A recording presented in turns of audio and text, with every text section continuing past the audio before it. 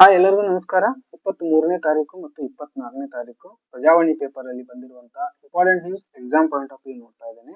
ಈ ರೀತಿ ನ್ಯೂಸ್ ಬಂದಿತ್ತು ನೋಡಿ. ಸುಪ್ರೀಂ ನಲ್ಲಿ ಇತ್ಯರ್ಥವಾಗದೆ ಯೋಜನೆಗೆ ಅನುಮತಿ ಇಲ್ಲ ಕೇಂದ್ರ ಸರ್ಕಾರ. ಮಹದಾಯಿ ರಾಜ್ಯಕ್ಕೆ ಭಾರೀ ಹಿನ್ನಡೆ ಅಂತ ಈ ರೀತಿ ನ್ಯೂಸ್ ಬಂದಿತ್ತು. ಇನ್ನು ಮಹದಾಯಿ ನದಿ ಪೇಪರ್ ಅಲ್ಲಿ ಬಂದಿರೋದ್ರಿಂದ ನಮ್ಮ ಎಕ್ಸಾಮ್ ಪಾಯಿಂಟ್ ಆಫ್ ವ್ಯೂ ಏನಾದ್ರು ಇಂಪಾರ್ಟೆನ್ಸ್ ಇದೆಯಾ ಅಂತ ನೋಡ್ಬೇಕಾಗುತ್ತೆ. ನೋಡ್ರಿ, ಮಹದಾಯಿ ಇವತ್ತು ಬಂದಿರುವಂತ ನದಿ ಪೇಪರ್ ಅಲ್ಲಿ ನದಿ ಪಶ್ಚಿಮ ಘಟ್ಟದಲ್ಲಿ ಅಂದ್ರೆ ವೆಸ್ಟರ್ನ್ ಘಾಟ್ಸ್ ಪಶ್ಚಿಮ ಘಟ್ಟದಲ್ಲಿ ಕರ್ನಾಟಕದ ಬೆಳಗಾವಿ ಜಿಲ್ಲೆಯ ಭೀಮ್ಗಢ ಅರಣ್ಯ ಪ್ರದೇಶದಲ್ಲಿ ಈ ನದಿ ಉದ್ಭವಿಸುತ್ತದೆ. ಈ ನದಿ ಯಾವ್ಯಾವ ರಾಜ್ಯಗಳ ಮುಖಾಂತರ ಹರಿದು ಅರಬ್ಬಿ ಸಮುದ್ರವನ್ನು ಸೇರುತ್ತೆ ಅಂತಂದ್ರೆ ಕರ್ನಾಟಕ, ಗೋವಾ ಮತ್ತು ಮಹಾರಾಷ್ಟ್ರ ರಾಜ್ಯಗಳ ಮೂಲಕ ಹರಿದು ಅರಬ್ಬಿ ಸಮುದ್ರವನ್ನು ಸೇರುತ್ತೆ. ಇದು ಹರಿಯುವಂತ ಒಟ್ಟು ಉದ್ದ 111 ಕಿಲೋಮೀಟರ್. ಈ ನದಿಯನ್ನು ಇನ್ನು ಗೋವಾದಲ್ಲಿ ಮಾಂಡೋವಿ ಅಂತ ಕರೀತಾರೆ. ಇಷ್ಟು ಬೇಸಿಕ್ ಪಾಯಿಂಟ್ಸ್ ನೆನಪಿರ್ಲಿ. ಇನ್ನು ಮಹದಾಯಿ ಯೋಜನೆ ಇವತ್ತು ಪೇಪರ್ ಅಲ್ಲಿ ಬಂದಿರೋದ್ರಿಂದ ಈ ಮಹದಾಯಿ ನದಿ ಯೋಜನೆ ಅಂದ್ರೆ ಏನು ಅಂತಂದ್ರೆ ಕರ್ನಾಟಕದ ಕಳಸಾ ಮತ್ತು ಬಂಡೂರಿ ನಾಲಾ ಯೋಜನೆ ಮೂಲಕ ಈ ಮಹದಾಯಿ ನದಿ ನೀರನ್ನ ಮಲಪ್ರಭಾ ನದಿ ಜಲಾಶಯಕ್ಕೆ ತಿರುಗಿಸುವಂತ ಕುಡಿಯುವ ನೀರಿನ ಯೋಜನೆ. ನೋಡಿ, ಡ್ರಿಂಕಿಂಗ್ ವಾಟರ್ ನೆನಪಿರ್ಲಿ, ಡ್ರಿಂಕಿಂಗ್ ವಾಟರ್ ಇದು ಇನ್ನು ಯಾವ ಜಿಲ್ಲೆಗಳಿಗೆ ಈ ಡ್ರಿಂಕಿಂಗ್ ವಾಟರ್ ಫೆಸಿಲಿಟಿ ಇದರಿಂದ ಬರುತ್ತೆ ಅಂತಂದ್ರೆ ನಮ್ಮ ಧಾರವಾಡ, ಬೆಳಗಾವಿ, ಗದಗ ಜಿಲ್ಲೆಗಳಿಗೆ ಈ ಮಹದಾಯಿ ಯೋಜನೆಯ ಉಪಯೋಗ ಆಗುತ್ತೆ. ಇನ್ನು ಈ ಮಹದಾಯಿ ಯೋಜನೆಯ ವಿವಾದದ ಪ್ರಮುಖ ಅಂಶಗಳನ್ನು ನಾವು ಎಕ್ಸಾಮ್ ಪಾಯಿಂಟ್ ಆಫ್ ನೋಡಬೇಕು. ಇನ್ನು ರಾಜ್ಯಗಳು ಇದಕ್ಕೆ ಸಂಬಂಧಪಟ್ಟಿದ್ದು ಕರ್ನಾಟಕ, ಗೋವಾ ಮತ್ತು ಮಹಾರಾಷ್ಟ್ರ. ಮಹದಾಯಿ ಜಲ ಮಂಡಳಿ ಅಂದ್ರೆ ಯಾವಾಗ ರಚನೆ ಆಗುತ್ತೆ ಅಂದ್ರೆ 2010ರಲ್ಲಿ ರಚನೆಯಾಗಿ 2018ಕ್ಕೆ ಈ ನ್ಯಾಯ ಮಂಡಳಿ ಅಂತಿಮ ತೀರ್ಪನ್ನು ಕೊಡುತ್ತೆ. ಅಂದ್ರೆ ಅಂತಿಮ ತೀರ್ಪು ಕೊಟ್ಟು ಕರ್ನಾಟಕಕ್ಕೆ ಇಷ್ಟು % ನೀರು ಹೋಗ್ಬೇಕು, ಇಷ್ಟು TMC ನೀರು ಹೋಗ್ಬೇಕು ಅಂತ ಹೇಳುತ್ತೆ. ಅದ್ರ ಪ್ರಕಾರ ಕರ್ನಾಟಕಕ್ಕೆ 13.42 ನೋಡಿ 13.42 TMC ನೀರನ್ನ ಕರ್ನಾಟಕಕ್ಕೆ ಕುಡಿಯುವ ನೀರಿಗಾಗಿ ಹಂಚಿಕೆ ಮಾಡಲಾಗಿದೆ. ಇನ್ನು ನಮ್ಮ exam point of view 2-3 point basic points ನೆನಪಿರಲಿ. ಇನ್ನು ಮಹದಾಯಿ ನದಿ ಗೋವಾದಲ್ಲಿ ಮಾಂಡವಿ ಅಂತ ಕರಿತೇವೆ. ಉಗಮ ಭೀಮ್ಗಢ್ ಕರ್ನಾಟಕ. ಇನ್ನು ಸಂಗಮ ಅರಬ್ಬಿ ಸಮುದ್ರಕ್ಕೆ ಸೇರುತ್ತೆ. ಯೋಜನೆ ಯಾವುದು? ಕಳಸಾ ಮತ್ತು ಬಂಡೂರಿ ನಾಲಾ. ಸಂಬಂಧಿತ ನದಿ ಮಲಪ್ರಭಾ. ಸಂಬಂಧಿತ ರಾಜ್ಯಗಳು ಕರ್ನಾಟಕ, ಗೋವಾ, ಮಹಾರಾಷ್ಟ್ರ. ಇನ್ನ ಸಂವಿಧಾನಾತ್ಮಕ ನಿಯಮವಾಗಿ ನೋಡೋದಾದ್ರೆ ಈ ಕರ್ನಾಟಕ ಅಂತಾರಾಜ್ಯ ವಿವಾದಗಳ ಕಾಯ್ದೆ ಅಂತ ಬರುತ್ತೆ 1950. ಇದನ್ನ ಎದ್ರ ಪ್ರಕಾರ ನಿರ್ಮಾಣ ಮಾಡಿದ್ದಾರೆ ಅಂತಂದ್ರೆ 262ರ ವಿಧಿ. ಸಂವಿಧಾನದಲ್ಲಿ 262ರ ವಿಧಿ ಬರುತ್ತೆ. ಈ ವಿಧಿ ಏನ್ ಹೇಳುತ್ತಂತಂದ್ರೆ ಅಂತಾರಾಜ್ಯ ನದಿ ನೀರು ಅಥವಾ ಕಣಿವೆಗೆ ಸಂಬಂಧಿಸಿದ ವಿವಾದಗಳ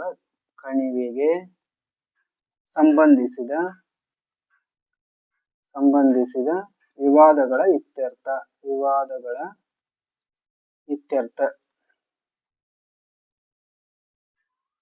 ಈ ಒಂದು ವಿಧಿ ಪ್ರಕಾರ ಅಂತಾರಾಜ್ಯ ವಿವಾದಗಳ ಕಾಯ್ದೆ ರಚನೆಯಾಗಿದೆ. ಆಮೇಲೆ ಈ ಕಾಯ್ದೆ ಪ್ರಕಾರ ಜಲ ವಿವಾದ ನ್ಯಾಯಾಧಿಕರಣಗಳನ್ನು ರಚಿಸಲಾಗುತ್ತದೆ. ಇನ್ನ ಈ ನದಿ ನೋಡ್ರಿ, ಭೀಮ್ಗಢ್ ವನ್ಯಜೀವಿ ಅಭಯಾರಣ್ಯವು ಮಹದಾಯಿ ನದಿಯ ಜಲಾನಯನ ಪ್ರದೇಶದಲ್ಲಿದೆ ಅಂತ ನೆನಪಿರ್ಲಿ. ಇನ್ನೊಂದು ನ್ಯೂಸ್ ಬಂದಿತ್ತು ಸೈನ್ಸ್ ಅಂಡ್ ಟೆಕ್ ರಿಲೇಟೆಡ್. ನೋಡಿ, ನೌಕಾಪಡೆಗೆ ಮಾಲ್ವಂಡ್ ಸೇರ್ಪಡೆ ಅಂತ ಬಂದಿತ್ತು. ಈ ರೀತಿ ನ್ಯೂಸ್ ಇತ್ತು. ಕಾರವಾರ ಜಲಾಂತರ್ಗಾಮಿಗಳನ್ನು ಗುರುತಿಸಿ ಒಳದುರುಳಿಸಬಲ್ಲ ಸಾಮರ್ಥ್ಯದ ಮಾಹೇಶ್ ಶ್ರೇಣಿಯ 2ನೇ ಯುದ್ಧ ನೌಕೆ INS ಮಾಲ್ವಂಡ್ ಬುಧವಾರ ಇಲ್ಲಿನ ಕದಂಬ ನೌಕಾ ನೆಲೆಯಲ್ಲಿ ಭಾರತೀಯ ನೌಕಾ ಸೇನೆಗೆ ಸೇರ್ಪಡೆಗೊಂಡಿತು ಅಂತ ಪ್ರಜಾವಾಣಿ ಪೇಪರ್ ಅಲ್ಲಿ ನ್ಯೂಸ್ ಬಂದಿತ್ತು. ಸೊ ಹಂಗಾಗಿ INS ಮಾಲ್ವಂಡ್ ಬಂದಿರೋದ್ರಿಂದ ಇದ್ರ ಬಗ್ಗೆ ಎಕ್ಸಾಮ್ ಪಾಯಿಂಟ್ ಆಫ್ ನೆನ್ಪಿಟ್ಕೋಬೇಕು. INS ಮಾಲ್ವಂಡ್ ಅನ್ನೋದು ಮಾಯೆ 2ನೇ ಶ್ರೇಣಿಯ ಇದೊಂದು ಯುದ್ಧ ನೌಕೆ. ಇನ್ನ ಯಾವಾಗ ಸೇರ್ಪಡೆ ಆಯ್ತು ನಮ್ಮ ನೌಕಾಪಡೆಗೆ ಅಂತಂದ್ರೆ ಜುಲೈ 23. ಆಮೇಲೆ ಸೇರ್ಪಡೆ ಸ್ಥಳ INS ಕದಂಬ ಅನ್ನೋದು ಇದೊಂದು ನೌಕಾನೆಲೆ ನಮ್ಮ ಕಾರವಾರದಲ್ಲಿ ಬರುತ್ತೆ. ಈ ಕಾರ್ಯಕ್ರಮದ ಅಧ್ಯಕ್ಷತೆ ಯಾರು ವಹಿಸಿರ್ತಾರೆ ಅಂತಂದ್ರೆ AP ಸಿಂಗ್. ಅಂದ್ರೆ ಇವರು ವಾಯುಪಡೆಯ ಮುಖ್ಯಸ್ಥ. ನೋಡಿ, ಇದು ನೌಕಾಪಡೆಗೆ ಸೇರುತ್ತೆ, ಅದರ ಮುಖ್ಯಸ್ಥ ವಾಯುಪಡೆಯ ಮುಖ್ಯಸ್ಥ. ಈ ಕಾರ್ಯಕ್ರಮದ ಅಧ್ಯಕ್ಷತೆ ವಹಿಸಿರ್ತಾರೆ ಅವರು AP ಸಿಂಗ್. ಇನ್ನ ಇದನ್ನ ಆತ್ಮನಿರ್ಭರ್ ಭಾರತ ಯೋಜನೆಯಡಿಯಲ್ಲಿ ನಿರ್ಮಾಣ ಮಾಡಲಾಗಿದೆ. ಇನ್ನು ಇವತ್ತಿನ ಪೇಪರ್ ಅಲ್ಲಿ INS ಕದಂಬ ಅಂತ ಬಂದಿರೋದು ನೌಕಾನೆಲೆ, ಅದ್ರ ಬಗ್ಗೆ ಸ್ವಲ್ಪ ನೆನ್ಪಿಡ್ಬೇಕು. ಈ INS ಕದಂಬ ಎಲ್ಲಿದೆ ಅಂದ್ರೆ ಕಾರವಾರ, ಉತ್ತರ ಕನ್ನಡ ಜಿಲ್ಲೆಯಲ್ಲಿದೆ. ಇದನ್ನ ಪ್ರಾಜೆಕ್ಟ್ ಸೀಬರ್ಡ್ ಅಡಿಯಲ್ಲಿ ಅಭಿವೃದ್ಧಿಪಡಿಸಲಾಗಿದೆ.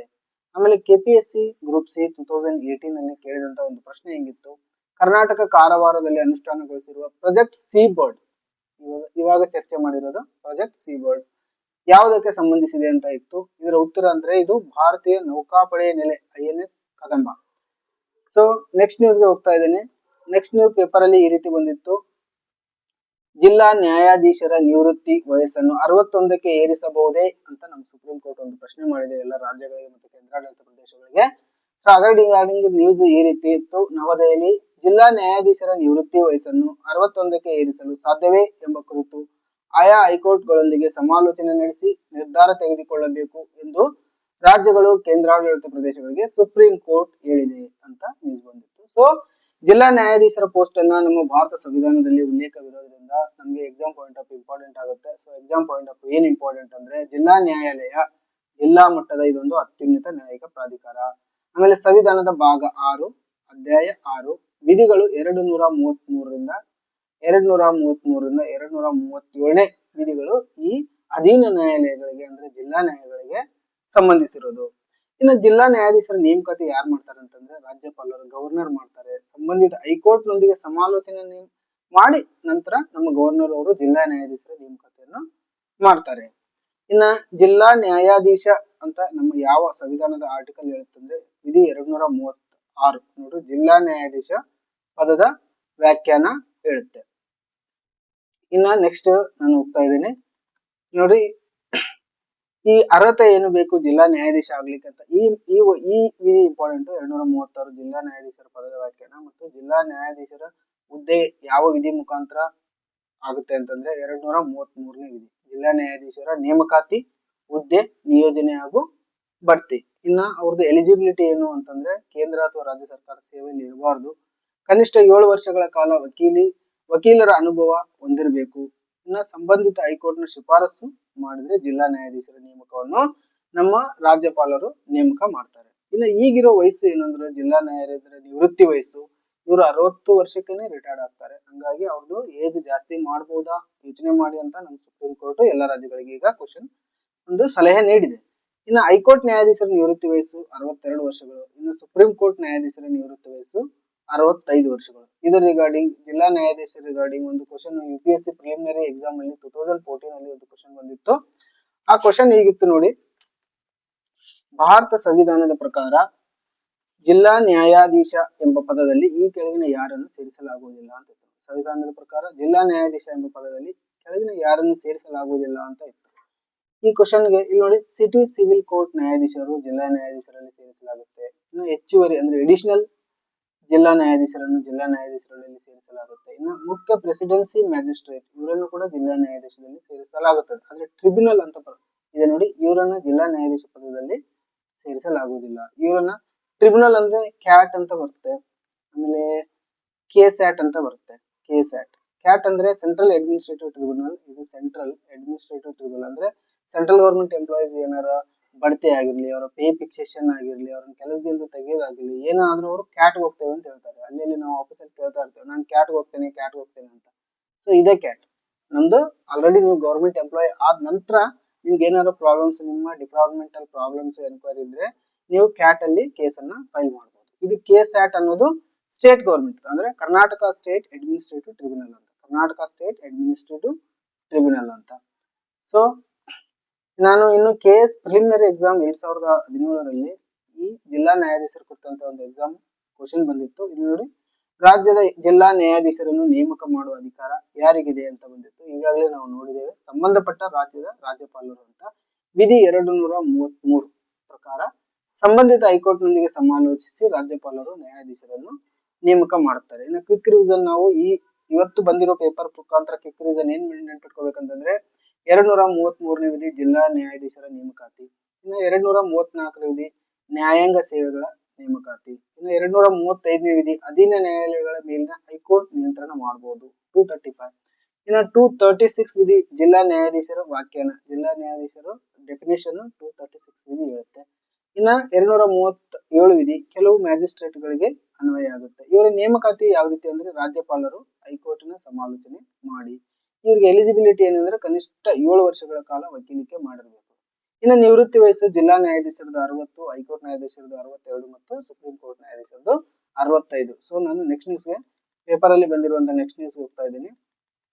ನೆಕ್ಸ್ಟ್ ನ್ಯೂಸ್ ಈ ರೀತಿ ಇತ್ತು ನೋಡಿ, 7,316 ಕೋಟಿ ಮೊತ್ತದ ಯೋಜನೆಗೆ ಜಲ ಆಯೋಗದ ತಗಾದೆ ಅಂತ ಬಂದಿತ್ತು. ಅಂದ್ರೆ ಇದರಲ್ಲಿ ಒಂದು ಯೋಜನೆ ಬಂದಿತ್ತು, ಪ್ರಧಾನ ಮಂತ್ರಿ ಕೃಷಿ ಸಿಂಚಯಿ ಯೋಜನೆ ಅಂತ ಬಂದಿತ್ತು. ಪ್ರಧಾನಮಂತ್ರಿ ಕೃಷಿ ಸಿಂಚಾಯಿ ಯೋಜನೆಯಡಿ ಅನುದಾನ ಕೋರಿದ್ದ 4 ನೀರಾವರಿ ಯೋಜನೆಗಳ 7,316 ಕೋಟಿ ಮೊತ್ತದ ಪ್ರಸ್ತಾವಗಳಿಗೆ ಕೇಂದ್ರ ಜಲ ಆಯೋಗ ತಗಾದೆ ಎತ್ತಿದೆ ಅಂತ ಬಂದಿತ್ತು. ಇಲ್ಲಿ ನೋಡಿ ಯಾವೆಲ್ಲ ಯೋಜನೆಗಳಿಗೆ ನಮ್ಮ ಕರ್ನಾಟಕ ಸರ್ಕಾರ ಪ್ರಸ್ತಾವ ಸಲ್ಲಿಸಿತ್ತು ಅಂತಂದ್ರೆ ಸ್ವಂತಿ ಏತ ನೀರಾವರಿ ಯೋಜನೆ ಕಲಬುರಗಿ ಮತ್ತು ಯಾದಗಿರಿ, ಇಂಡಿ ವಿಜಯಪುರ, ಬೆಣ್ಣೆಹಳ್ಳ ಮತ್ತು ಧಾರವಾಡ. ಇನ್ನ ಮಲಪ್ರಭಾ ಕಣಿವೆ ಆಧುನೀಕರಣ ಧಾರವಾಡ, ಬಾಗಲಕೋಟೆ, ಬೆಳಗಾವಿ, ಗದಗೆ ಸಂಬಂಧಿಸಿರೋದು. ಇನ್ನು ಘಟಪ್ರಭಾ ಬಲದಂಡೆ ಕಾಲುವೆ ಬೆಳಗಾವಿ, ಬಾಗಲಕೋಟೆ ಜಿಲ್ಲೆ, ತುಂಗಭದ್ರಾ ಎಡದಂಡೆ ಕಾಲುವೆ ಕೊಪ್ಪಳ ಮತ್ತು ರಾಯಚೂರು ಜಿಲ್ಲೆ. ಇವತ್ತು ಪೇಪರ್ ಅಲ್ಲಿ ಪ್ರಧಾನಮಂತ್ರಿ ಕೃಷಿ ಸಿಂಚಾಯಿ ಯೋಜನಾ ಅಂತ ಬಂದಿರೋದ್ರಿಂದ ಈ ಯೋಜನೆ ಯಾವಾಗ ಜಾರಿಗೆ ಬಂತು ಅನ್ನೋದು ಒಂದು 2-3 ಬೇಸಿಕ್ ಸ್ಟೆಪ್ಸ್ ನಮ್ಗೆ ಗೊತ್ತಿರಬೇಕಾಗುತ್ತೆ. ಇಲ್ಲಿ ನೋಡ್ರಿ ಬಂದಿರೋ ನ್ಯೂಸ್ ಏನಂದ್ರೆ ಪ್ರಧಾನಮಂತ್ರಿ ಕೃಷಿ ಸಿಂಚಾಯಿ ಯೋಜನಾ ಅಂತ ಬಂದಿದೆ. ಇದನ್ನ ಯಾವಾಗ ಜಾರಿಗೆ ಬರುತ್ತಂದ್ರೆ ಜುಲೈ 1, 2015ರಲ್ಲಿ ಪ್ರಾರಂಭಿಸಿದವರು ನಮ್ಮ ಭಾರತ ಸರ್ಕಾರ. ಯಾವ ಸಚಿವಾಲಯಗಳಲ್ಲಿ ಭಾಗವಹಿಸಿದಾವೆ ಅಂದ್ರೆ ಇದರಲ್ಲಿ ಕೃಷಿ ಮತ್ತು ರೈತರ ಕಲ್ಯಾಣ ಸಚಿವಾಲಯ, ಜಲಶಕ್ತಿ ಸಚಿವಾಲಯ ಮತ್ತು ಗ್ರಾಮೀಣಾಭಿವೃದ್ಧಿ ಸಚಿವಾಲಯ. ಈ 3 ಸಚಿವಾಲಯಗಳು ರಿಲೇಟೆಡ್ ಈ ಕೃಷಿ ಸಿಂಚಾಯಿ ಯೋಜನಾ. ಇದನ್ನ ಧ್ಯೇಯ ವಾಕ್ಯ ಮೋಟೋ ಏನಂತಂದ್ರೆ ಪರ್ ಡ್ರಾಪ್ ಮೋರ್ ಕ್ರಾಪ್ ಅಂತ. ಪರ್ ಡ್ರಾಪ್ ಮೋರ್ ಕ್ರಾಪ್ ಅನ್ನೋದು ಈ ಪ್ರಧಾನಮಂತ್ರಿ ಕೃಷಿ ಸಿಂಚಾಯಿ ಯೋಜನೆಯ ಮೇನ್ ಧ್ಯೇಯ ವಾಕ್ಯ ಆಗಿರುತ್ತೆ. ಇನ್ನು ಅರ್ಕೇತ್ಕೋ ಪಾನಿ, ಪ್ರತಿ ಜಮೀನಿಗೂ ನೀರು ಅನ್ನೋದು ಕೂಡ ಇದರದ ಮೋಟೋ ಆಗಿದೆ. ಇದರ ರಿಗಾರ್ಡಿಂಗ್ ಏನಪ್ಪಾ ಅಂದ್ರೆ ಪ್ರತಿಯೊಂದು ಕೃಷಿ ಜಮೀನಿಗೂ ನೀರಾವರಿ ಸೌಲಭ್ಯ ಒದಗಿಸುವುದು, ನೀರಿನ ಸಮರ್ಪಕ ಮತ್ತು ಸಮರ್ಥ ಬಳಕೆ, ಸೂಕ್ಷ್ಮ ನೀರಾವರಿ ಡ್ರಿಪ್ ಇರಿಗೇಷನ್ ಅಂತ ಹೇಳ್ತಾರೆ ನೋಡ್ರಿ, ಅದರ ವಿಸ್ತರಣೆ ಮಾಡುವುದು ಇದರದ್ದು ಮೇನ್ ಉದ್ದೇಶ. ಇನ್ನೊಂದು ಮಳೆ ನೀರಿನ ಸಂಗ್ರಹಣೆ ಮತ್ತು ಜಲ ಸಂರಕ್ಷಣೆ ಮತ್ತು ನೀರಿನ ವ್ಯರ್ಥವನ್ನು ಕಡಿಮೆ ಮಾಡುವುದು ಈ ಯೋಜನೆಯ ಮುಖ್ಯ ಉದ್ದೇಶ. ಈ ಯೋಜನೆಯನ್ನ 3 ಯೋಜನೆಗಳನ್ನು ವಿಲೀನ ಮಾಡಿ ಈ ಯೋಜನೆಯನ್ನು ಹೊಸ ಯೋಜನೆಯನ್ನು ತರ್ತಾರ. ಅವು ಯಾವ 3 ಯೋಜನೆ ಅಂತಂದ್ರೆ AIBP ವೇಗವರ್ಧಿತ ನೀರಾವರಿ ಲಾಭ ಕಾರ್ಯಕ್ರಮ, ಆಮೇಲೆ IWMP ಸಮಗ್ರ ಜಲಾನಯನ ನಿರ್ವಹಣಾ ಕಾರ್ಯಕ್ರಮ, ಇಂಟಿಗ್ರೇಟೆಡ್ ವಾಟರ್ ಮ್ಯಾನೇಜ್ಮೆಂಟ್ ಪ್ರೋಗ್ರಾಮ್ ಅಂತ ಬರುತ್ತೆ IWMP, ಮತ್ತು OFWM ಆನ್ ಫಾರ್ಮ್ ಜಲ ನಿರ್ವಹಣೆ. ಈ 3ನ್ನೂ ಕೂಡಿಸಿ ಈ ಹೊಸ ಯೋಜನೆಯನ್ನ ಕೃಷಿ ಸಿಂಚಾಯಿ ಯೋಜನೆಯನ್ನ ಜಾರಿಗೆ ತರಲಾಗುತ್ತೆ. ಇನ್ನು ಇದನ್ನ ಹಣಕಾಸು ಫಂಡಿಂಗ್ ಯಾವ ರೀತಿ ಇದೆ ಅಂತ ಹೇಳಿದ್ರೆ ಈ ಯೋಜನೆಗೆ ಕೇಂದ್ರ ಮತ್ತು ರಾಜ್ಯ ಸರ್ಕಾರಗಳ ನಡುವೆ ವೆಚ್ಚ ಹಂಚಿಕೆ ಹೇಗಿದೆ ನೋಡಿ. ಸಾಮಾನ್ಯ ರಾಜ್ಯಗಳು ಅಂದ್ರೆ ನಮ್ಮ ಕರ್ನಾಟಕ, ಆಂಧ್ರ ಪ್ರದೇಶ ಇವೆಲ್ಲ ಸಾಮಾನ್ಯ ರಾಜ್ಯಗಳಿಗೆ 60-40. ಇನ್ನು ಈಶಾನ್ಯ ರಾಜ್ಯಗಳು ಅಂದ್ರೆ ವೆಸ್ಟರ್ನ್ ನಾರ್ತ್ ಈಸ್ಟ್ ಸ್ಟೇಟ್ಸ್ ಅಂತ ಹೇಳ್ತೇವೆ ನೋಡಿ ನಾವು. ಈಶಾನ್ಯ ರಾಜ್ಯಗಳು ಮತ್ತು ಹಿಮಾಲಯ ರಾಜ್ಯಗಳಿಗೆ 90 ಮತ್ತು 10 ಈ ಪರ್ಸೆಂಟೇಜ್ ಅಲ್ಲಿ ಸಹಾಯಧನ ನೀಡಲಾಗುತ್ತೆ ಕೇಂದ್ರ ಸರ್ಕಾರದಿಂದ. ಇನ್ನು ಕೇಂದ್ರಾಡಳಿತ ಪ್ರದೇಶಗಳಿಗೆ 100% ಸಂಪೂರ್ಣ ಸರ್ಕಾರ ಕೇಂದ್ರ ಸರ್ಕಾರದಿಂದ ಬರುತ್ತೆ. ಸೊ ನಾನು ಇವತ್ತಿಗೆ ಈ ನ್ಯೂಸ್ ಅನ್ನು ಮುಗಿಸ್ತಾ ಇದ್ದೇನೆ. ಏನಾದ್ರೂ ಇಂಪಾರ್ಟೆಂಟ್ ಪಾಯಿಂಟ್ಸ್ ಇದ್ರೆ ನೀವು ನನಗೆ ಕಮೆಂಟ್ ಮಾಡಬಹುದು. ಎಲ್ಲರಿಗೂ ನಮಸ್ಕಾರ, ಬಾಯ್.